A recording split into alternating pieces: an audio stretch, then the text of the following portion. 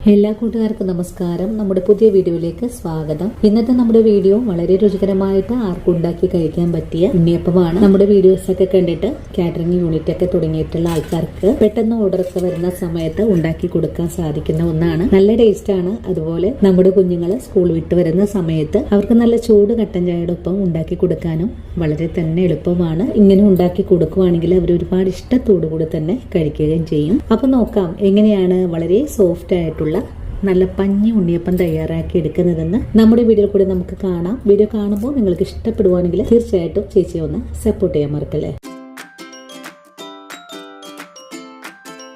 ഇനി നമുക്ക് ഉണ്ണിയപ്പത്തിന്റെ പാചകം തുടങ്ങാം. ഇതിനായിട്ട് 400 ഗ്രാം ശർക്കര 1 ഗ്ലാസ് വെള്ളത്തിലൊന്ന് ഉരുക്കിയെടുക്കാം. നമ്മളിന്ന് ഉണ്ണിയപ്പം വളരെ എളുപ്പത്തിലാണ് തയ്യാറാക്കി എടുക്കാൻ പോകുന്നത്. അതിനായിട്ട് ശർക്കര ഒന്ന് ഉരുക്കി ഇതിന്റെ ചൂടൊന്ന് ആറ്റിയെടുക്കാം. ഇനി നമുക്ക് ഒരു പാത്രം എടുത്ത് വെക്കാം. ഈ ഒരു പാത്രത്തിലേക്ക് 1 ഗ്ലാസ് അളവില് ഗോതമ്പ് പൊടി എടുത്തിട്ടുണ്ട്. ഇത് നമുക്ക് പാത്രത്തിലേക്ക് മാറ്റാം. ഇതിന്റെ കൂടെ തന്നെ ഒരു 1/4 ഗ്ലാസ് ഗോതമ്പ് പൊടിയും കൂടെ എടുത്തിട്ടുണ്ട്. ഇനി ഗോതമ്പ് പൊടിയിലേക്ക് ഒരു 3/4 ഗ്ലാസ് അളവില് മൈദപ്പൊടി കൂടെ ചേർക്കാം. നമ്മളിന്ന് അരിയോ അരിപ്പൊടിയോ ഉപയോഗിക്കുന്നില്ല. എളുപ്പത്തിൽ ഉണ്ടാക്കിയെടുക്കുന്ന ഉണ്ണിയപ്പമാണ്. അങ്ങനെ പൊടി എടുത്തു കഴിഞ്ഞാൽ നമുക്ക് ഈ പൊടി ഒന്ന് മാറ്റി വെക്കണം. പിന്നെ ഒരു പാത്രം എടുത്ത് വെച്ചിട്ട് ഇതിലേക്ക് 1/2 ഗ്ലാസ് റവയാണ് എടുത്തിട്ടുള്ളത്. ഇത് വറുത്ത റവയാണ്. ഇനിയിപ്പോ വറുക്കാത്ത റവയായാലും കുഴപ്പമൊന്നുമില്ല. ഇനി നമുക്ക് ഈ റവയിലേക്ക് ഒരു 3/4 ഗ്ലാസോളം വെള്ളം ഒഴിച്ച് ഇതൊന്ന് കുതിർത്തിയെടുക്കണം. വളരെ എളുപ്പത്തിൽ നിങ്ങൾക്ക് ഉണ്ണിയപ്പത്തിന് ഓർഡർ ഒക്കെ വരുന്ന സമയത്ത് ഈ ഒരു രീതിയിൽ ഉണ്ടാക്കുവാണെങ്കിൽ പെട്ടെന്ന് തന്നെ ഉണ്ടാക്കിയെടുക്കാൻ സാധിക്കും. അത് ഒരാഴ്ച കാലത്തോളം കേടുകൂടാതെ നമുക്ക് കഴിക്കാനും പറ്റുന്നതാണ്. അങ്ങനെ റവ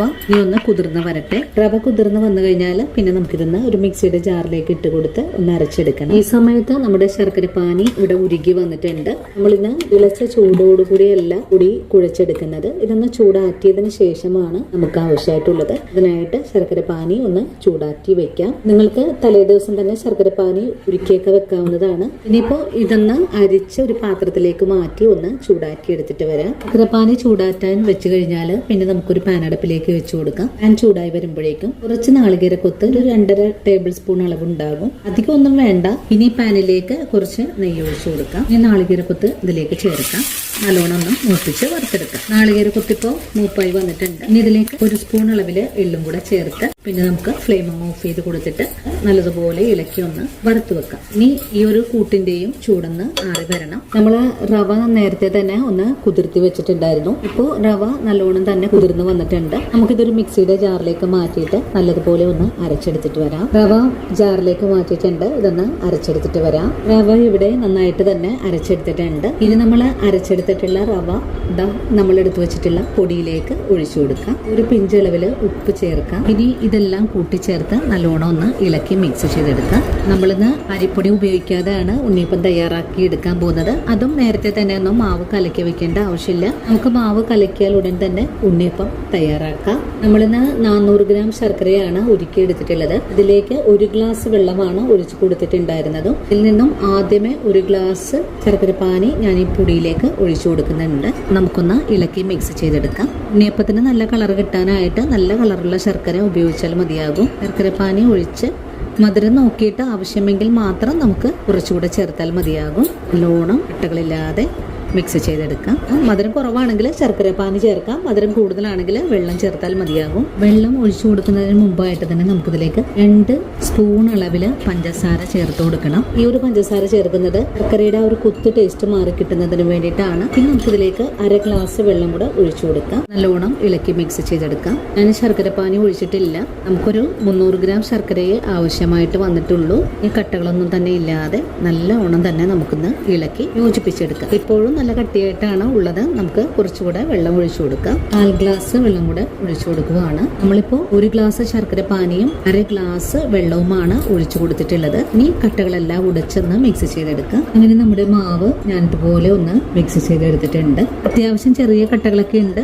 നമുക്ക് ഒന്നും കൂടെ കയ്യിൽ കൊണ്ട് തന്നെ ഇതുപോലെ ഒന്ന് ഉടച്ചെടുക്കാം. ഗോതമ്പ് പൊടി ആയതുകൊണ്ട് ഒന്ന് കലങ്ങി വരാനായിട്ട് നമുക്ക് കുറച്ച് ബുദ്ധിമുട്ടുണ്ടാകും. അപ്പം അതുകൊണ്ട് നല്ലതുപോലെ ക്ഷമയെടുത്ത് വേണം ഒന്ന് മിക്സ് ചെയ്തെടുക്കാനായിട്ട്. ഇനി ഇതിലേക്ക് നമ്മൾ വറുത്ത് വെച്ചിട്ടുള്ള നാളികേരക്കൊത്ത് ചൂടാറിയതിന് ശേഷം ചേർക്കാം. നമ്മളിതിലേക്ക് എല്ലാ കാര്യങ്ങളും ചൂടാറിയതിന് ശേഷമാണ് ചേർത്ത് കൊടുക്കുന്നത്. നിങ്ങൾക്ക് നാളികേരക്കൊത്തൊന്നും ചേർക്കാൻ താല്പര്യമില്ലെങ്കിൽ ഇത് ഒഴിവാക്കാവുന്നതാണ് കേട്ടോ. നാളികേരക്കൊത്തും കൂടെ ചേർത്ത് നല്ലതുപോലെ ഒന്ന് ഇളക്കി യോജിപ്പിക്കാം. നാളികേരക്കൊത്തും കൂടെ ഇളക്കി ചേർത്ത് കഴിഞ്ഞാൽ നമ്മുടെ ബാറ്റർ ഇവിടെ റെഡിയാണ്. ഇനി നമുക്കിതിലേക്ക് കുറച്ച് ഏലക്കപ്പൊടി കൂടെ ചേർക്കുന്നുണ്ട്. ഏലക്കപ്പൊടിയും കൂടെ ചേർത്ത് വീണ്ടും നല്ലോണം ഒന്ന് ഇളക്കി യോജിപ്പിക്കാം. അങ്ങനെ നമ്മുടെ ഉണ്ണിയപ്പത്തിന്റെ കൂട്ടെല്ലാം ഇവിടെ റെഡി ആയിട്ടുണ്ട്. മാവ് കലക്കി കഴിഞ്ഞാൽ ഉടൻ തന്നെ നമുക്ക് ഉണ്ണിയപ്പം തയ്യാറാക്കാൻ തുടങ്ങാം. അതിന് മുമ്പായിട്ട് നമുക്കൊരു കാര്യം കൂടെ ചേർക്കണം. ഉണ്ണിയപ്പത്തിന് നല്ലൊരു സോഫ്റ്റ് കിട്ടാനും പെട്ടെന്നൊന്ന് പൊങ്ങി കിട്ടാനും ഒരു നുള്ള് സോഡാപ്പൊടി ചേർക്കുന്നുണ്ട്. ഇനി സോഡാപ്പൊടിയിലേക്ക് ഒരു നുള്ള് വെള്ളം ഒഴിച്ചു കൊടുക്കാം. ഇനി നല്ലതുപോലെ ഇളക്കി ഒന്ന് യോജിപ്പിച്ചു കൊടുക്കാം. ഇങ്ങനെ ചെയ്യുന്നത് എല്ലാ ഭാഗത്തേക്കും സോഡാപ്പൊടി ഒന്ന് എത്തിക്കിട്ടുന്നതിന് വേണ്ടിയിട്ടാണ്. നല്ലതുപോലെ ഇളക്കി യോജിപ്പിച്ചിട്ട് നമുക്ക് മിക്സ് ചെയ്ത് വെച്ചിരിക്കുന്ന മാവിലേക്ക് വീണ്ടും നല്ലതുപോലെ ഇളക്കി ഒന്ന് യോജിപ്പിച്ചു കൊടുക്കാം. നല്ലോണം തന്നെ ഇളക്കി യോജിപ്പിച്ചിട്ടുണ്ട്. ഇനി ഉടൻ തന്നെ നമുക്ക് ഉണ്ണിയപ്പം തയ്യാറാക്കാൻ തുടങ്ങാം. ആയിട്ട് ഉണ്ണിയപ്പക്കാര അടുപ്പിലേക്ക് വെച്ചിട്ടുണ്ട്. ആര ഇപ്പോൾ ചൂടായി വന്നിട്ടുണ്ട്. നമുക്കിതിലേക്ക് പൊരിച്ചെടുക്കാൻ ആവശ്യമായ എണ്ണ ഒഴിച്ചു കൊടുക്കാം. ഒരു 3/4 ഭാഗത്തോളം എണ്ണ ഒഴിച്ചു കൊടുത്താൽ മതിയാകും. ഇനി എണ്ണ നല്ല പോലെ തന്നെ ഒന്ന് ചൂടായി വരട്ടെ. എണ്ണ ഇപ്പോൾ നല്ല പോലെ ചൂടായി വന്നിട്ടുണ്ട്. ഇനി നമുക്ക് ഓരോ തവി മാവും പാനിലേക്ക് ഒഴിച്ചു കൊടുക്കാം.